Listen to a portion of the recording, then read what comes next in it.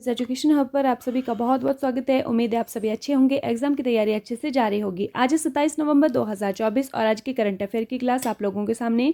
Class शुरू करने से पहले आप लोगों से छोटी सी रिक्वेस्ट, अगर आप लोग चैनल पर नए हैं तो प्लीज़ चैनल को सब्सक्राइब कीजिएगा। अगर वीडियो अच्छी लगे तो लाइक कीजिएगा और ज़्यादा से ज़्यादा शेयर कीजिएगा। आप लोग टेलीग्राम ग्रुप पर फॉलो कर सकते हैं, वहाँ पर आप लोगों को इस वीडियो का PDF जो है वो मिलने वाला है।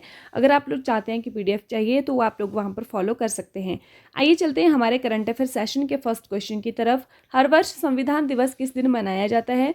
इसका सही आंसर हमारे पास होने वाला है 26 नवंबर को। कब मनाया जाता है? 26 नवंबर को मनाया जाता है।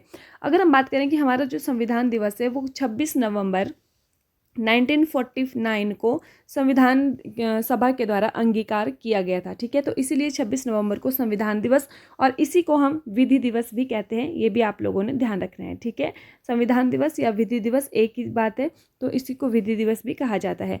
संविधान दिवस जो है 26 नवंबर 1949 को संविधान सभा के द्वारा अंगीकरण के दिवस की याद में मनाया जाता है। और लागू कब हुआ था संविधान? 26 जनवरी 1950 को लागू हुआ था। और अगर हम बात करें कि इसको मतलब किस वर्ष घोषित किया गया था संविधान दिवस मनाया जाएगा, तो 2015 में घोषित किया था कि इसको संविधान दिवस के रूप में मनाया जाएगा।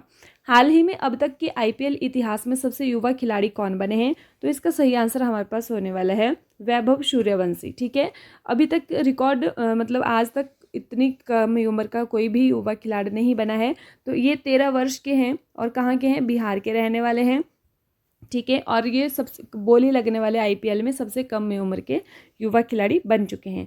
हाल ही में वरिष्ठ IPS रश्मि शुक्ला को दोबारा से किस राज्य का DGP नियुक्त किया गया है?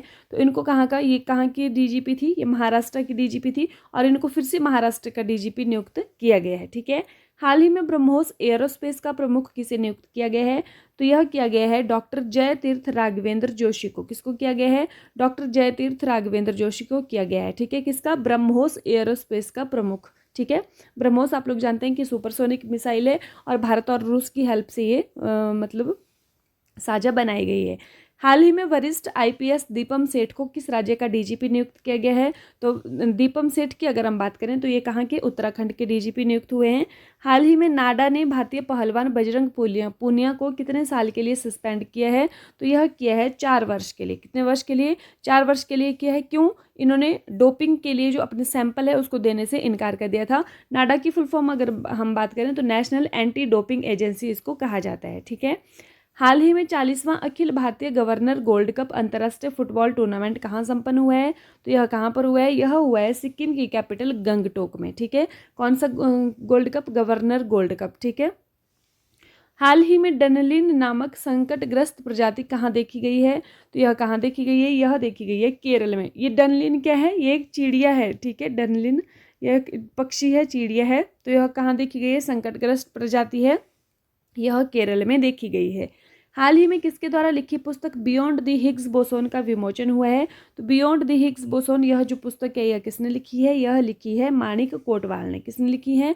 माणिक कोटवाल ने लिखी है। ठीक है, हाल ही में यामंडू ओरसी ने किस देश के राष्ट्रपति का चुनाव जीता है? तो यामंडू ओरसी ने जीता है अभी हाल ही में उरुग्वे के राष्ट्रपति का चुनाव। ठीक है, ये भी आप लोगों को ध्यान रखना है। कल की क्लास का रिवीजन देख लेते हैं। हाल ही में चाइना मास्टर्स पुरुष सिंगल्स खिताब जीतने वाले पहले डेनिश खिलाड़ी कौन बने हैं? तो इनका नाम है Anders Antonsen.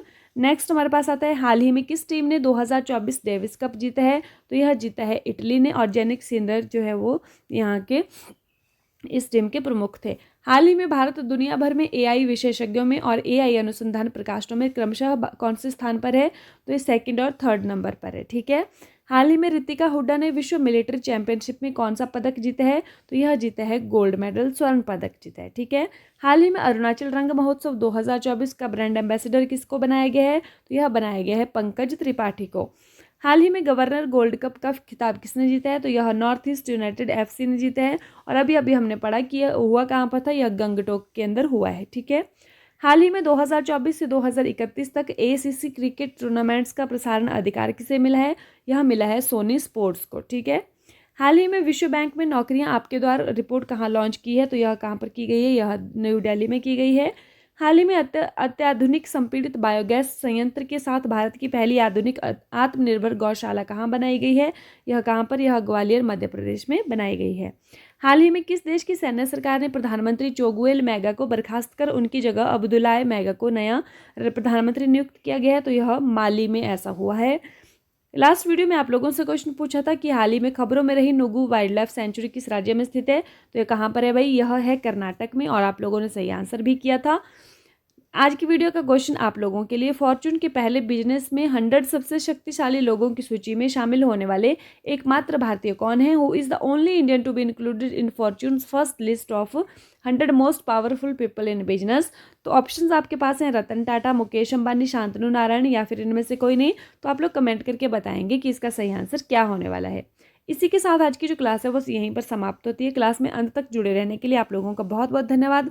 Thank you and have a nice day. खुश रहिए, अपना ख्याल रखिए और अपनी तैयारी को डे बाय डे मजबूत रखिए। मिलते हैं कल की क्लास में, तब तक के लिए बाय बाय।